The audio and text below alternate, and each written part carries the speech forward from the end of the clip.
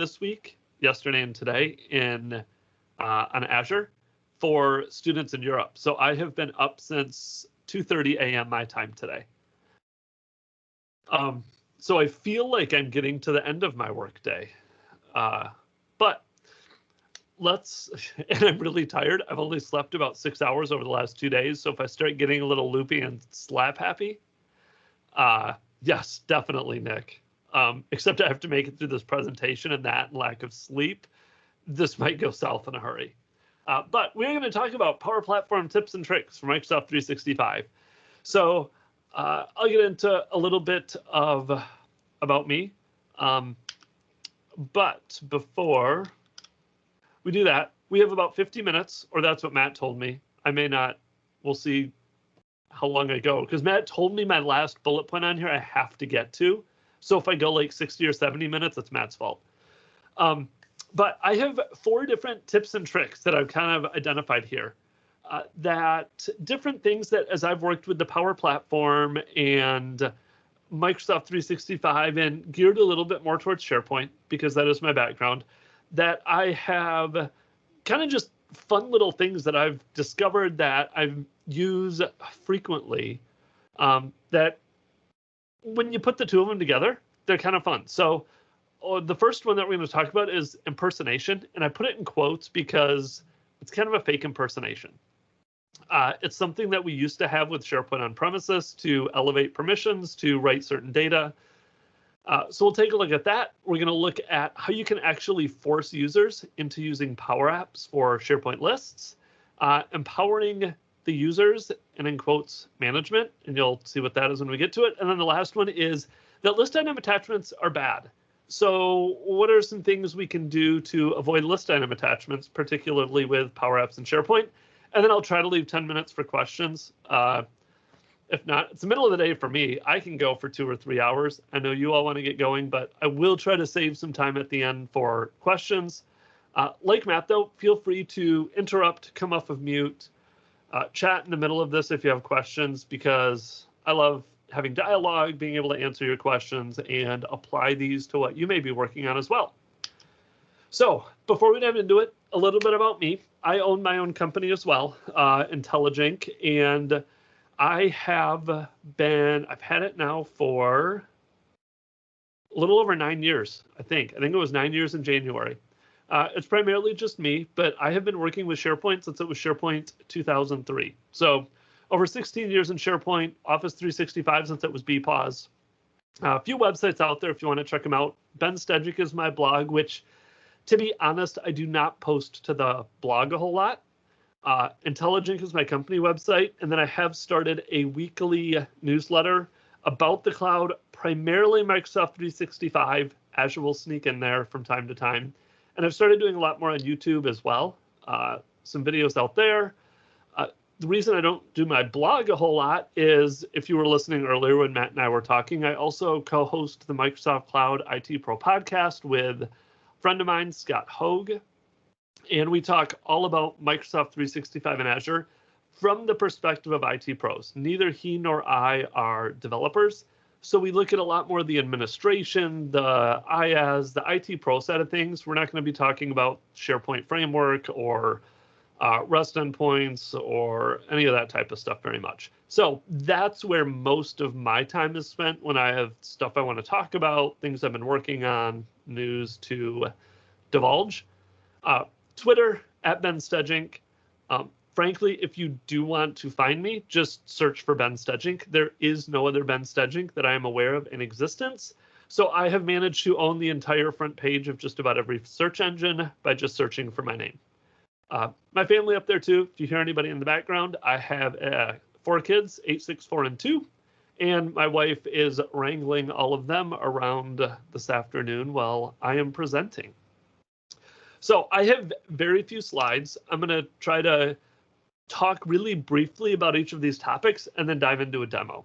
So impersonation in Power Apps, really the only way I have to do it is to fake it.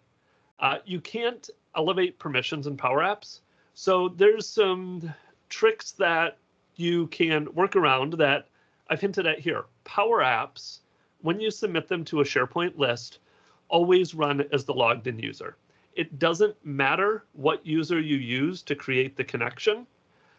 The connection may show as an administrator, it may show as a user that has access to the list, but when you go run a Power App, submit a form, it's always going to trigger as that logged in user. However, SharePoint triggers, if you trigger off a list item, actually run as the connection account. So depending on where apps trigger, you can actually run as a different account. And that's how you can kind of fake the impersonation. So, like I said, we are going to just dive right into demos. So I actually created a Power App for each of my 4 bullet points. And we can take a look at this. All of these techniques I have used for various client solutions as well. Some of them I can demo easier than others. If you do want to dive into some of those and see them, let me know, but I tried to at least give you a good overview of how you can do it here. So I have 2 different forms here. I have a super secret data list, and I have a normal list, and I'm writing to both of them. So if we go in and look at the back end of this, I have my Microsoft 365 tips and tricks list. I also have a Microsoft 365 tips and tricks data list.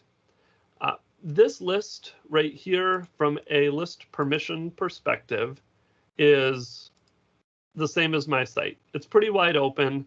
I have a demo user that has access to it. They have edit rights to this list. But then what I did is I went into this data list, and this one I have broken permission inheritance on. So the only people that have access to this data list are team owners. And if, just to prove it to you, I would go in and look for demo user 1. Demo user 1 has no permission to this list. What ends up happening when you go into these flows, I'm going to jump down to my flows, and this is where I got caught earlier, Matt, was I was jumping between environments. I have a flow right here that is this tips and tricks flow. So we're going to take advantage of this.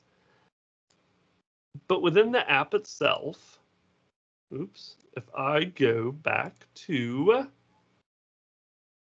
my app and let's go look at that impersonation page, all of my data connections here are using my admin account. So none of these are using the demo account. They're all connected with my account that has full access to everything. However, like I said, if I go back to my app and I go in to the impersonation, and now I'm logged in with a demo user. So I switched browsers, logged in with demo 1, and I would want to go submit to that super secret demo or data tab, even though I'm logged in as me. Title, demo item, live demo, submit data. It's going to try to submit that data.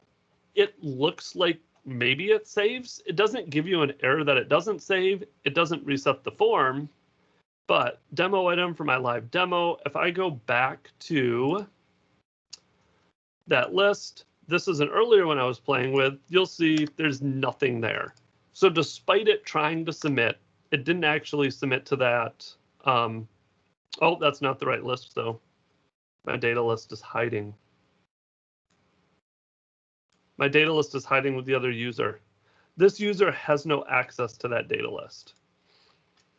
So you can see this user doesn't actually see that tips and tricks data list.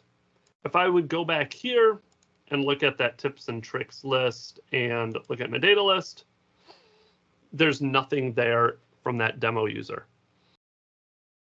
But I want that demo user to be able to submit to that, because where I use this is you want to submit a confidential form. They're going to submit data in a Power App. You don't want all of the other users to see it, but everybody that submits data has to be able to write to the list in order to send data to it. So this is where that impersonation comes in. I want demo user to be able to submit to the data list. Oh, so was there a question? Did Nick raise his hand? No, sorry, I was trying to close off this meeting is being recorded thing, and it popped up. The hand thing popped up. Ignore me. Carry on. So no, I want these users to all be able to write data to this list, but I don't want them to see each other's data. I don't want to have to break inheritance in every list item. I want to impersonate a user that has elevated permissions to be able to securely write data to a SharePoint list, save all that data, but not have anybody have access to it. Because it always submits it as that logged in demo user, I can't do that. So this is the basis of my two lists, where now let's do my demo item, and let's do the same live demo, and we're going to submit this one to the normal list. Here you can see it looks like it's submitted fine, it cleared it out. If I go in here and look at my 365 tips and tricks, you'll see this demo item here for a second. And this is one flaw with this, is it does hang out there for a little bit. Most of the time you can hide these from the users. You don't put it in navigation. Most users are none the wiser to what's going on in the background. But what actually happens is I went in and created this flow here, Microsoft 365 tips and tricks, nothing fancy. It has 3 actions in it. It looks up for when an item is created in that tips and tricks list. Hopefully it'll load here. It goes in and creates an item in that data list that's secure. Just copies over the title, some text. I've done this with 10, 15, 20, 30 fields. And then it deletes that original item from that tips and tricks list. And all of these are actually running, they're running as a PowerShell account. They could run as my account, but they're running with an account that has rights to both of those lists. So I would jump back and look at this flow. Hopefully it's run by now. You can see it ran 34 seconds ago. It completed successfully. If I go back, it refreshed automatically. That's gone from this list now. And back over here in my data list, there's my demo item live demo. So I have started to do this, think like where the user doesn't ever have to go in and modify it. That's the other caveat with using this for some type of impersonation, is you can't go back and edit it. This is a form, submit once, copy it off to a secure location, and it's gone for good. Maybe it's a PTO request form where they just have to know if it's approved or not. The client I was using it for, when employees show up late or call in late, they have to fill out a form and submit it. Those employees never have to edit it again. They just need it in a secure location so HR can track it. The hide from Delve secret field. I have not discovered that yet, Nick. Yeah, so you create a column in your SharePoint list that's, I think it's hide from Delve, with a yes/no value, and if it's set to yes, then the results never show up in Delve. Interesting. It's one of those secret things that nobody really knows. It's only started coming out in the last few months or so. Wow, I had not seen that. Thanks for that tip. Really I'm going to remember that one. But that's, again, my impersonation. It's not quite the same as what you used to be able to do in SharePoint Designer in terms of running lots of actions, but understanding which triggers run as that connected user versus which triggers run as the logged in user can be really helpful, and do things like this, where you go send one trigger that starts another trigger to go do the elevated action. You could even do something like pull the secure data out of this if you had to. Let's say you had to anonymize it. Pull out the username or the data that identifies the person, and then copy it back to a list that everybody can see to it. And then maybe you leave it in the data list, maybe you don't. But being able to move that data around between lists, especially because If you're triggering off of an add or an update to a SharePoint item in a SharePoint list, it does run as that connected user versus if you're doing it all from a Power App. So that was my first one. Next, we have forced them to Power Apps. I'm going to break the rule. I'm not going to go back into presenter mode because it's too much. It's not worth it. We're all friends here, right? We can all read my PowerPoint deck. Force them to Power App is, I don't even remember what I was going to say with that first bullet point. This is what happens when I'm this tired. It isn't all mine. I had something insightful there that was just going to be revolutionary, and now it's completely gone. But one thing that you run into as well is if you're using Power Apps, if you're forcing people to make certain updates, is you still have the information pane. You still have the SharePoint list. You still have the add or the edit options within your SharePoint list. So how can you actually force them to Power Apps? Oh, I know. This isn't all my idea. I stole some of this from April. That's the thanks, April. April published a YouTube video that it's in these, it's down here in my notes, and I will paste this in the chat if you want to go check it out. Essentially a way to take the title field in a SharePoint list, create a deep link, and then you can do some customization to get rid of the edit all. So April has some really good YouTube videos out there as well. So definitely go check this one out. But I have had this a lot. I want to write all this data to SharePoint. I have certain rules, conditions, fields are hidden or displayed using like a cascaded lookup. So I don't want users to be able to actually go into SharePoint and edit the items. I want them to use the Power App every time they're going to change an item. So in my Power App here, let's jump over from impersonation to force Power Apps. I have a new tab here. I declare out one of my query strings, force Power Apps, where it's just a title, a text box, a choice column. I kept it super simple. If I go fill this information out, we'll do my sum title again, and we'll do a live demo and pick choice field 3. Go ahead and save this out. It goes out, saves the data. I thought I had fixed that so it actually updates the form. Possibly not. But this goes out and writes to this list, forcing Power Apps data. I have a few items out there already that I've been playing with. The first thing I did is I went in and set up deep linking. And this is something I wasn't familiar with until a few years ago. And I did it by having a brand new column. And then April came out with this really nifty way to use the formatting in the title column.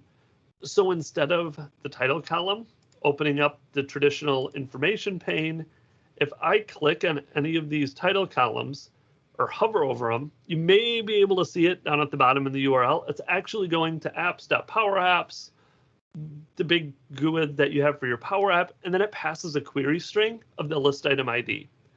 So if I go open up my test force for Power Apps, instead of opening up my traditional field, it brings me into the app, brings me into my Force Power Apps app, and loads all of that data into my fields. If I did have to make an update to it, I could go fix my spelling error. You'll see up here, I did throw the list item ID up here so you could see it. Click save. It goes back, updates that item in the list. So if I would go back and look at my list now, I fixed this one, refresh it, and my text is fixed. I also went in and adjusted it. So if a user does go in and say double clicks on it, they get a blank panel. So they can't edit it that way. And there is also a way to go in. So if they select it and click the information pane for the properties, all of these are read-only. I cannot make any updates to those other than the label because that's special metadata. Edit all, same type of thing. It just brings up a completely blank page. New item, I haven't found a way yet to change this button, but that also brings up a blank page. So you do need to have some location, some place for users to go for them to be able to access that form that you do want them to use, particularly when creating new list items. So how do we do all of this? The first one, in terms of making that information panel read-only, there's actually a list setting. So if you go into any list and go to list settings and toggle this button down here, this radio button, quick property editing, and set this to no, it turns all of those fields in the information panel to read-only. So you can't change them anymore. If I would just flip this back to yes, go ahead and save it, and I would go back to it, users would now be able to go in and make a change right here, where they can update choice 3, edit it that way. In terms of the whole double clicking the new item, I just went in and I changed the Power App form. So I went into my Power Apps, I customized my forms, and you could go in and make it so they could still see it. Maybe you change all of these fields to read only. Yes, it does kill grid mode as well. I did not say that, so thank you for adding that, Matt, because it kills that as well. In terms of making that blank, I was super lazy. I didn't go make them read only. I didn't delete it. I just went into the form and I set my visibility on it to false so that technically it's still all there and it's still all loading. You just can't see it on the form. That was the only thing I did, was just change my visibility on the SharePoint form from true to false. Saved it, published it. Now it's just a blank white box if people try to edit it that way. What you can do to the title field, and this is where April's video can come in handy as well, is this title field. It's again a nice simple edit. If you go into your title column and your column settings and format the column, there's some JSON here. I don't like reading it in the little itty bitty text box they give you. And you can just copy and paste this into Visual Studio Code if you want to. The only thing you need to change is you go in and grab the app for the URL from the app details, paste that in the link here, just copy the rest of this, paste it right in there, change this link to your app, and then based on what query string you want to pass, I just did ID equals. You can make whatever query string you want to right here. You can pass multiple query strings in. It's a setting that you create within Power App in order to be able to look at that ID, grab that ID, and then do what you want to with it in terms of loading up the list item. So those are the settings in SharePoint, just those 3, and you'll be well on your way to using only Power Apps. Once we go back to the Power App, and let's take a look at my app now, the first thing you need to do is go set up what that ID is and handle that query string.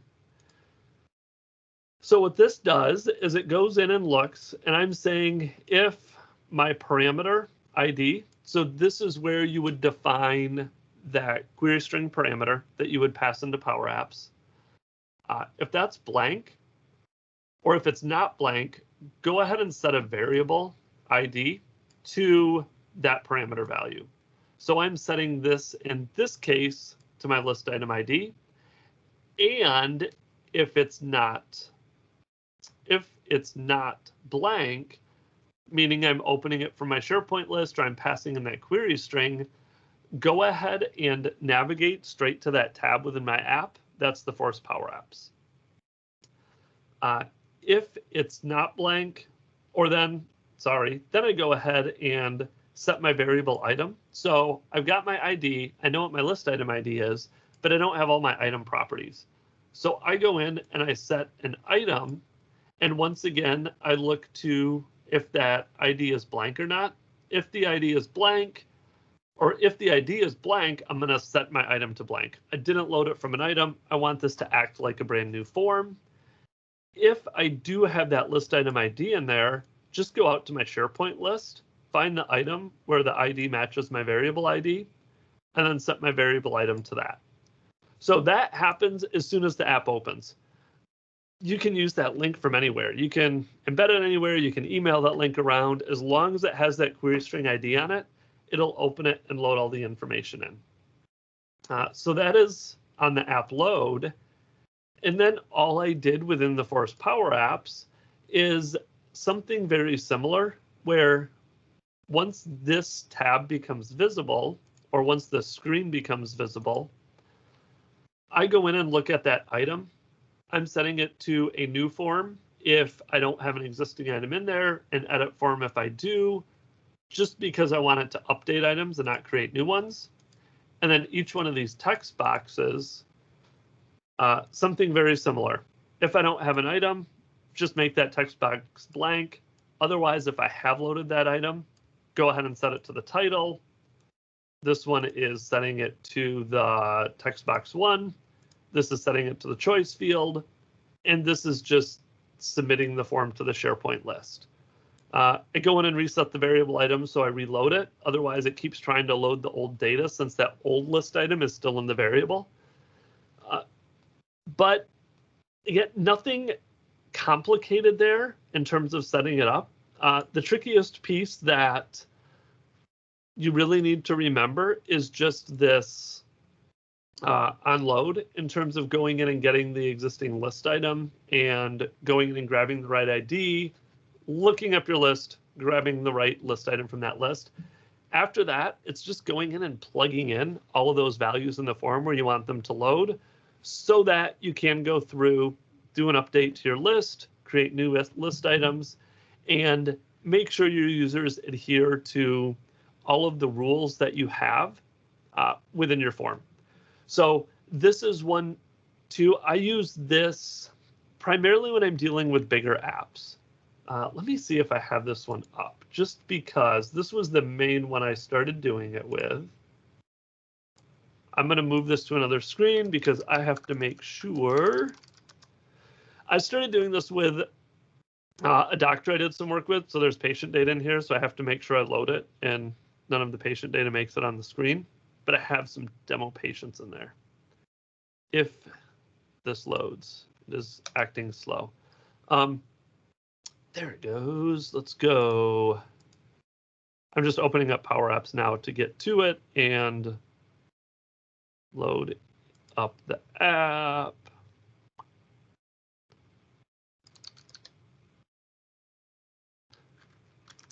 Put my name in. So I used it for this app I built for a doctor. She wanted to track all of her patients. We have all kinds of rules within this app in terms of loading in different values, when different tabs are lit up. You can see all of these are disabled. So until I click load patient, then it brings in a whole bunch of other data. I could not have the doctor going through and updating all of this various information within the SharePoint list.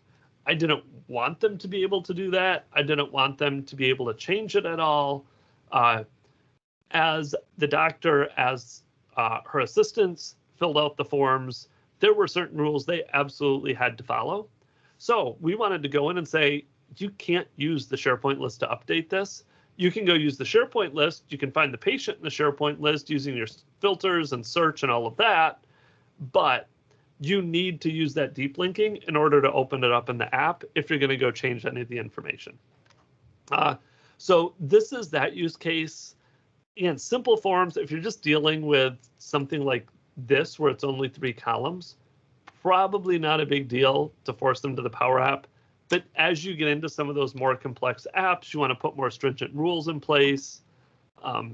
That deep linking, locking down that ability to edit that outside of the app can come in super handy. So number 3, empowering the user. This is one I also did for another client, and they wanted, lost my PowerPoint. The whole goal of this client and this app that we created was empower user management. Give your organization the ability to do certain management of user information, primarily in Azure AD.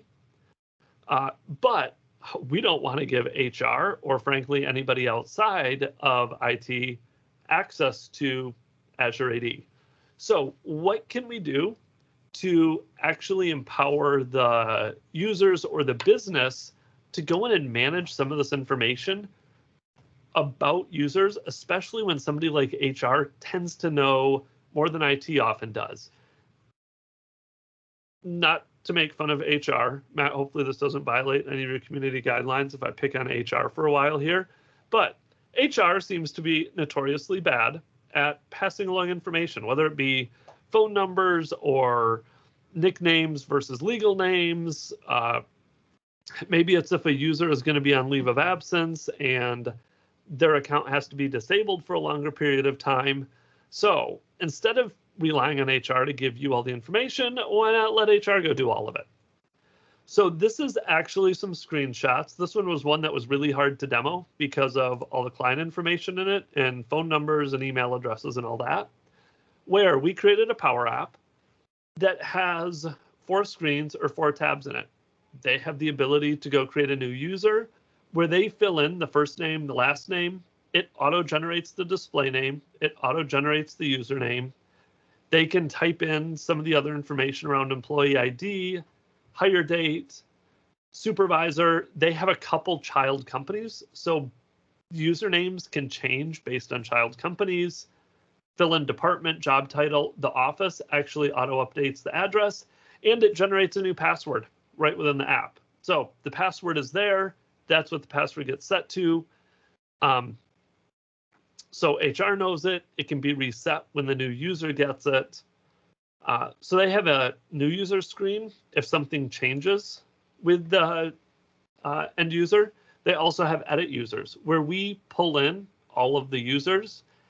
If they select one of these users, the information that HR is allowed to change shows up over here so they can edit it.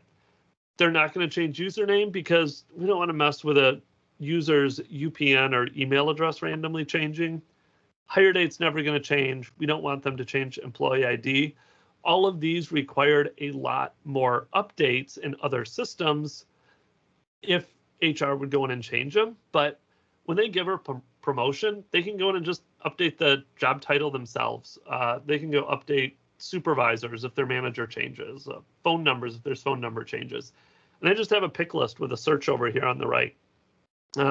Same type of thing with terminate user, only here they're not changing anything. They're just picking a date or terminate immediately and submitting that.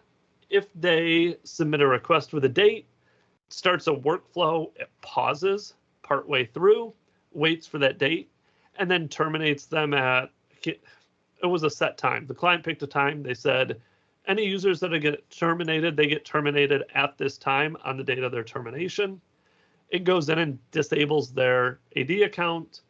And then the same type of thing for a leave of absence. Users going on extended leave of absence, they could toggle back and forth between active users and users already on a leave of absence and schedule when a user would go on leave of absence, when a user would return from leave of absence, and give HR that ability to do all of that.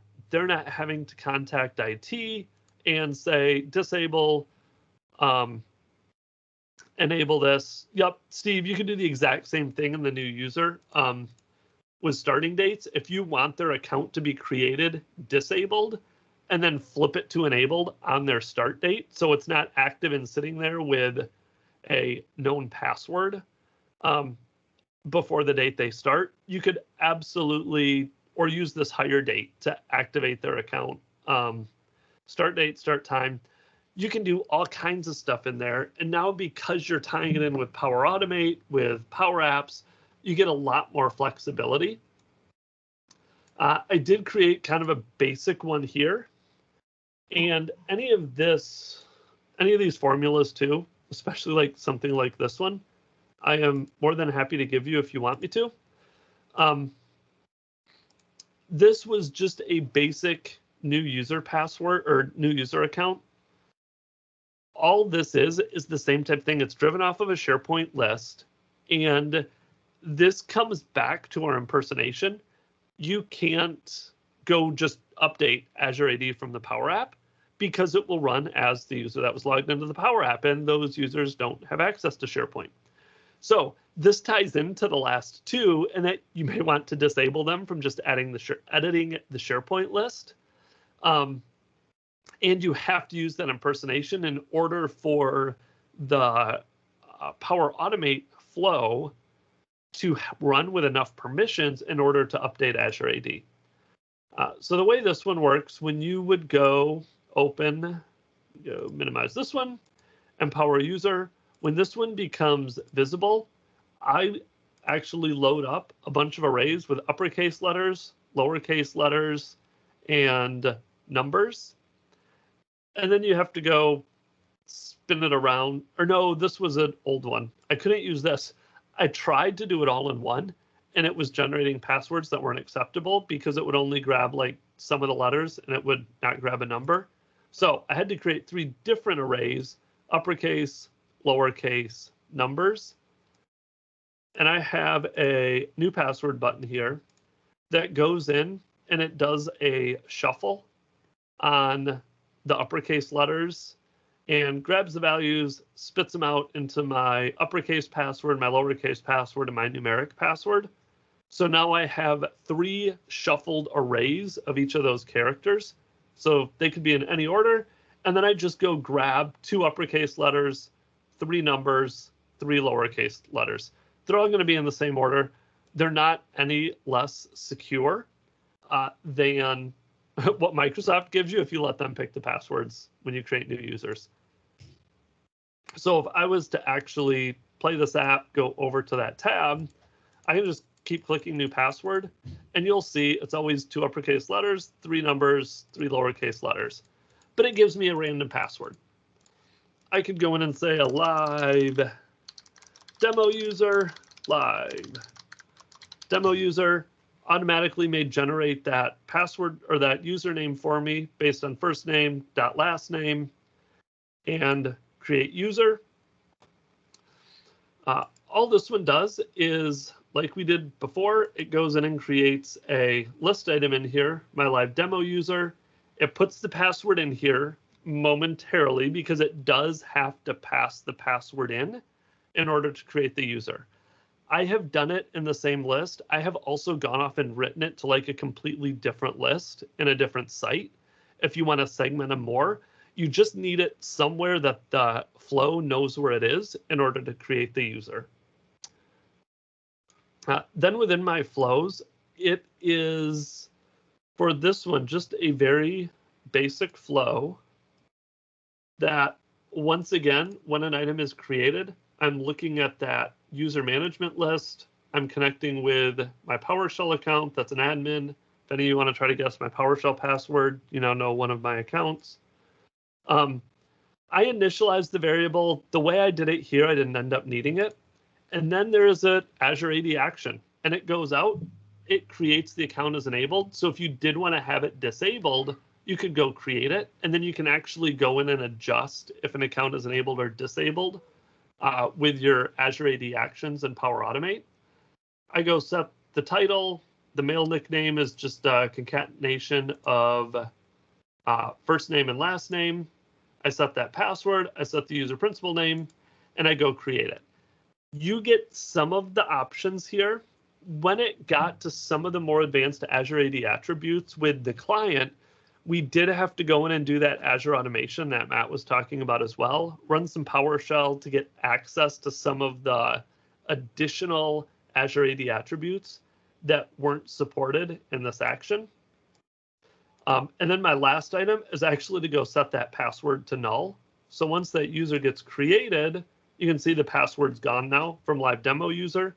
So it doesn't exist anywhere. In theory, within this flow, you would probably email that off to a manager, to whoever's going to be onboarding that user and passing those credentials off to them so that they could get logged into Office 365 and reset their password. If I would go over to my Azure AD, refresh this, we should see, now I just have to remember what I called them, the live demo user. Load more, keep going. Should have used something that started with A. Here's my live demo user right here. So I have my new user in Azure Active Directory, has that user principal name I created. Again, I didn't go through and write all these other details. You can very easily do that as well when they get created. Those are the attributes we allow them to update as well in that app. So again, kind of taking that management out of IT, leverage these automation tools. Like Matt said, I don't like doing anything either. If I can automate it, and especially if I can automate it to the point where somebody else can now go do it for me, and I can go spend my time working on other stuff, helping to create more automation to solve other problems, I'd much rather do that than go out and do something like create user accounts and edit user accounts and change job titles and all of that. So this is one, the client that I have that has started using this loves it. IT doesn't touch user accounts anymore unless it's something more advanced that requires more than just a quick update when somebody changes roles.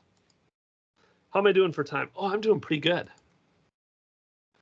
So my last item, this is the one I promised Matt I would get to, is list item attachments are bad. And what I mean by that is, going back to my very informal PowerPoint, when you go start creating SharePoint forms, and especially when you are doing them off of list items, they by default always stick in that silly file attachment control. Super annoying. And then once you have users start putting items on there, they can add a bunch of them to that. You can put in a whole bunch of attachments, a whole bunch of files. You never know how many files are attached. If you want to deal with metadata, retention, DLP, sensitivity labels, any of those, you can't do it because they're not files in a document library. They're list item, or they're files attached to a list. And then search, like, where are these files? You have 10 files attached to a list item.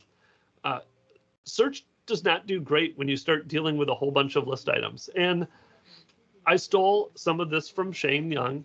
He is also another one to go check out on YouTube if you haven't found him in terms of doing some of this. This is something he had been looking for how to do for a long time. He spent like a year trying to figure out how to do this. I have been looking for this for a long time. When he finally got it, I owe a big thank you to him because it is really cool. So how this one works, my list item attachments. I actually use this one for the doctor as well. The doctor has a bunch of patient files that they want to upload. They don't want those to be a bunch of list item attachments on a SharePoint list item. They want them to be in document libraries. They can actually work with these files easily. They also wanted to be able to drop files in SharePoint and have them show up in the app when they open up the patient's file, so they can go see all of the files associated with the patient right within Power Apps, even if they just uploaded them to a folder in SharePoint. So what I have here, this is just a image control in Power Apps. So a control you can just go add. I'll go show you again how this is working on the back end. All I have to do, well, let me go prove to you. Prove that there's no rabbits up my sleeve. Tips and tricks files. Here's that actual phone file. I have another Excel workbook out there. They were created by two different people. You'll notice you only see the phone file in my Power App. What I do, I can go attach a file. Let's go grab that image. Click upload. Here's all that data that's associated with that file, just to show you that it was working. It popped up down here. Here's that sorry.jpg. I added a couple buttons in here too. So if I want to go view any of these, I can just click open file. It opens the image. If it's an Excel file, and I'll go show you, I have my demo account here, which also has this app open. If it's an Excel file, it actually opens it right in SharePoint and Excel Online, so they can open a file right from their Power App as well. And you'll notice demo only has that Excel file that they uploaded. So I trimmed this out so users could only see their files. If they wanted to open the folder, this is just a link to the SharePoint folder. So I can prove to you, there's the sorry JPEG that I uploaded a minute ago. It's in just a normal document library. On the same, from the same side of things, if I would even go create a new Word document in here, and do a demo Word document. That'll get saved. We can go back to our tips and tricks, jump back over to our Power App, refresh this. There's our demo Word document. Even open that one, opens it up right in Word Online, and we're good to start editing it. Some edits to the file. Save it, close it. So you can easily jump back and forth. It doesn't matter where it is. Search will work, your DLP policies will work. All of the normal file management stuff you're used to will work, and you're still able to save these files to SharePoint. So what this does in the background is, once it was figured out, it kind of made a lot of sense. But this is that image control. So this is just a up here media, add an image. It's cleaned up a bunch. There's a bunch of things you can do to go clean this up, to make it look pretty, to do different things to it.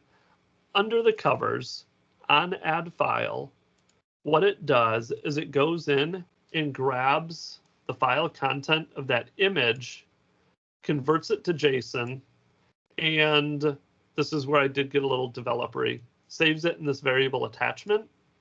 This is this first one, and you can see in this one up at the top here, you end up with data, image, JPEG, base 64. Some extra stuff at the beginning. I think it also puts some extra stuff at the end. So it does have to go convert that, and then this is where it's going in to that attachment JSON data and going in and finding these commas at the beginning and at the end. You'll find them. There's one right here after the 64. It might be hard to see. I should see if I can zoom in a little bit. You can see one, you get a comma right there, and there's a comma at the end. So that's how you can go in and find just the file content. Once you find that file content, you go trigger a Power App. So the user in this case does, I haven't tried to kind of route this through impersonation yet, but they do have to have access to that document library. And this goes in and uploads the file, runs a flow in Power Automate that passes in the name of the file, passes in that variable that has the content only, and then returns from that the SharePoint file link and sets the variable file link. It refreshes the data connection to that document library, which is how the file shows up in there right away. And that is really all there is to it. Open folder is just a button that I hard-coded the URL in. Open file grabs this item and the link to this item. So nothing fancy there. This is just a gallery control. Should show you the controls. This is just a gallery control attached to the document library. So there's nothing abnormal that's going on in here. And what I did is I actually filtered that out by who created it. So if I created the file, it matches it up with the logged in user's email, the created by email, and that's how demo user only sees his files. I only see my files. In the case of the doctor, we filtered it out by like patient ID, So we put other filters in place so that you can only see files associated with a particular patient. Yeah, everything else, just buttons, icons, all of that. If we jump over into Flow to take a look at this one, this is the simplest part of it is my flows. And I have to switch environments because I got confused. Here's that upload file. All the upload file does is it takes a couple of inputs from Power Apps. So I set in the site address, I set in the folder path. This could be dynamic if you wanted folders, in the case of the doctor, folders based on patient. I pass in the patient name and actually set the folder path to the patient name. I grabbed the created file name. So that's something I asked for in Power Apps in this one. So that's this variable right here. The last attachment uploaded, grab the name, and then variable content is getting passed in here. And you do have to convert it to base 64. And this, Shane shows some of this in his video as well. Convert it to base 64, that file that was created, and then I return that SharePoint file link. So I just return the path to this file that was created. It returns the relative path. So you hard code in what the actual path of the SharePoint site is, return that to the flow. That's what comes back right here in this SharePoint file link and gets set to this variable that I don't know that I actually ever end up using in this Power App. But if you did want to use that to write it to some other record, in theory, you could even write it to a CDS database, a SQL database, whatever data source you wanted to. At this point in time, this is the link to that file in SharePoint. So this, again, super useful. The trickiest part of some of this was people figuring out this whole JSON, filtering out some of the beginning characters, and then getting the right information passed into Power Apps. So if you have that, you're good to go. It's just adding some controls in, copying and pasting some text, figuring out the URL, and now you have SharePoint files that are managed the way SharePoint files were meant to be managed instead of as attachments on your list item. And with that, I almost got 10 minutes. I got 5 minutes. That wasn't too bad. Any questions? And here's my contact information again. If you want to reach out on Twitter to any of the podcast company, email me, ask Matt for my phone number and call me, although it might be a little bit more expensive phone call to the US.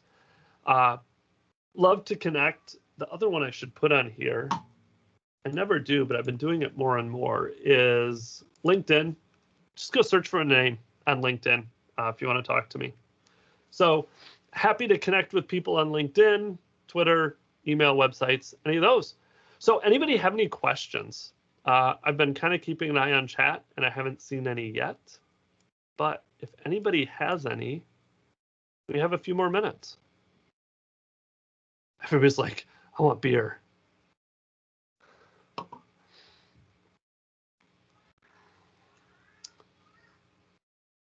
Everyone's awestruck. Thanks, Steve. I'm glad I forgot to record it. Did you record this one, Matt? I did record it, yes. Okay, good. So Matt has the recording. I don't know what's Matt doing with these recordings. I'll put them up onto YouTube so people can access them. Okay, perfect. Yeah, I promise it's not going into my secret, my private collection. You're going to start paying people to watch the videos of speakers you recorded.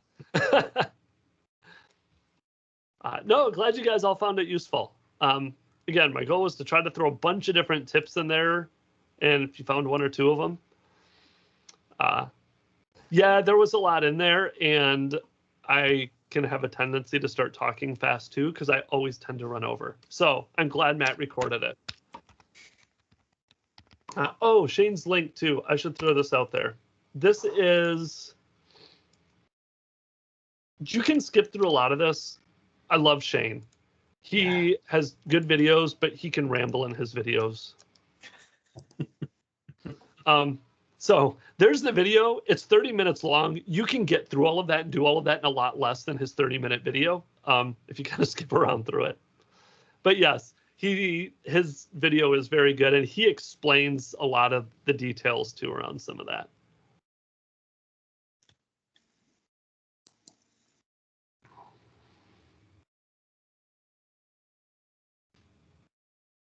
Okay. Right, let's jump back over.